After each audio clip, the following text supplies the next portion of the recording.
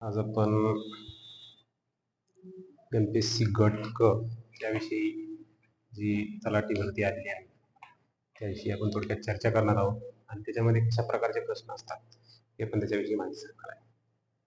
यावर्षी पहिल्यांदाच गट क मध्ये तलाठी म्हणजेच ग्राम महसूल अधिकारी या नावानं जाहिरात आलेली आहे आणि ती भरती यापूर्वी सरळ सेवेमार्फत TCS असेल, IBPS असेल यामार्फत भरली जात असेल, पण यावर्षी प्रथमच MPSC कडे गेल्यामुळे आपला MPSCचा पॅटर्न कसा असतो हे माहिती असणार गरजेचं आहे। आपण TCS पॅटर्नचा अभ्यास केला, IBPS पॅटर्नचा अभ्यास केला असेल, पण MPSCचा पॅटर्न कसा असतो हे गेल्या वर्षी मला वाटते 8 जानेवारी काहीतरी परीक्षा झाली होती आणि त्या रीतच्या पेपरमध्ये हा प्रश्न आलेला होता। प्रश्न एकदम सोपा आहे बघा।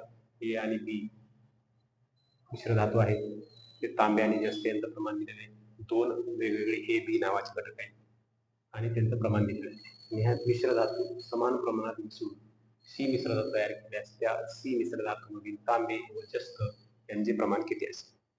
एकदम सोपा प्रश्न आहे, पण टेक्निकली प्रॅक्टिस महत्वाची आहे याच्यामध्ये, कारण याच्यामध्ये जर प्रॅक्टिस नसेल तर हा प्रश्न सुटायला वेळ लागतो आणि वेळ गेला तर आपल्याला 60 मिनिट आणि 100 प्रश्न आहेत हे सोडवणं गरजेचं आहे।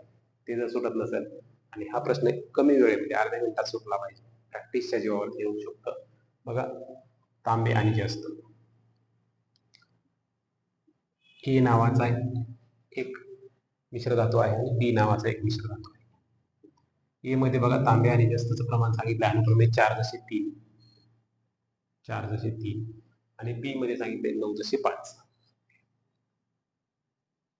आता ह्याचा अर्थ काय असतो, हे ह्या दोन्हीची बेरीज जेवढी येईल तो तेवढा घटक असतो।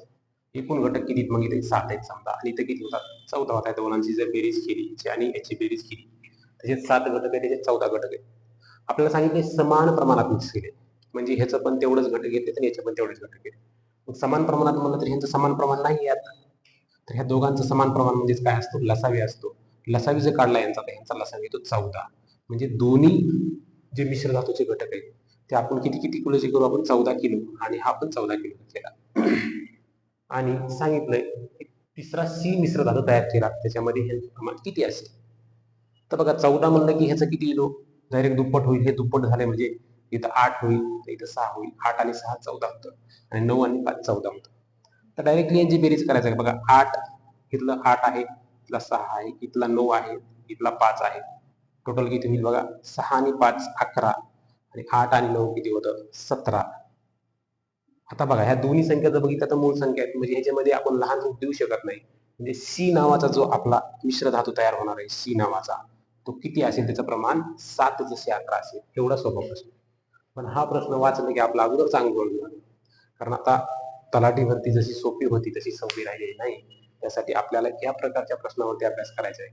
मी गेल्या वर्षीच्या सर्व पेपरचं किंवा गणिताचे पेपर आहेत आपल्या त्याच्यामध्ये गट क मध्ये, त्याचे आपण सर्व प्रश्न एक एक घेणार आहोत या प्रकारचे। धन्यवाद।